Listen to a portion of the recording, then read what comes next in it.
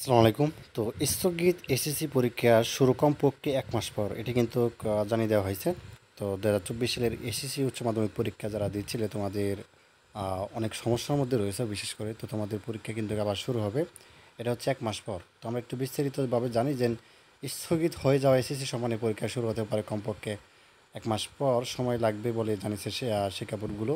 এবং এসএসসি সমান প্রশ্ন বিভিন্ন থানায় হেফাজত থেকে পড়ে যাওয়ায় এবং ফাঁস হয়ে যাওয়ায় নতুন করে প্রশ্ন তৈরি করে পরীক্ষা আয়োজন করবে শিক্ষা প্রশাসন। আর এর জন্য কমপক্ষে ১ মাস সময় লাগবে বলে তথ্যটি জানিয়েছে শিক্ষা বোর্ডগুলো। ঠিক আছে? এবং ঢাকা বিশ্ববিদ্যালয়ের শিক্ষা বোর্ডের যিনি চেয়ারম্যান রয়েছেন তপন কুমার সরকার তিনি একই কথা বলেছেন। এবং তো তিনি বলেন যে বেশ কিছু থানা হেফাজত থেকে এসব প্রশ্ন পুড়িয়ে ফেলা হয়েছে। তো বেশ কিছু জায়গায় প্রশ্ন অলিখিত অবস্থায় ছিল, তাই সেগুলো শিক্ষার্থীদের হাতে চলে গিয়েছে কি না তা বলা যাচ্ছে না। এমন বাস্তবতায় নতুন করে প্রশ্ন তৈরি করে পরীক্ষা আয়োজন করতে হবে। আর সেজন্য কমপক্ষে ১ মাস সময় প্রয়োজন। ঠিক আছে? এখন বিষয়টি হচ্ছে যে শিক্ষা মন্ত্রণালয় থেকে সঙ্গে আলোচনা করে দ্রুত সময়ে প্রশ্ন তৈরির কাজ শুরু হবে বলেও জানান আন্তঃশিক্ষা বোর্ড সমন্বয় কমিটির সভাপতি। তো কোটা সংস্কার আন্দোলন ঘিরে শীর্ষ সংসদে আচ্ছা এগুলো আমরা না পড়লাম।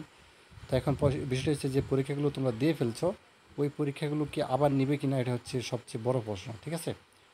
তো যা হোক, পরবর্তী আপডেট কী আসে তোমাদেরকে জানিয়ে দিব। তো ধন্যবাদ সবাইকে এই ভিডিওটি দেখার জন্য। আপাতত জেনে রাখো যে ১ মাস পর তোমাদের পরীক্ষা শুরু হতে যাচ্ছে নতুন করে। ধন্যবাদ সবাইকে।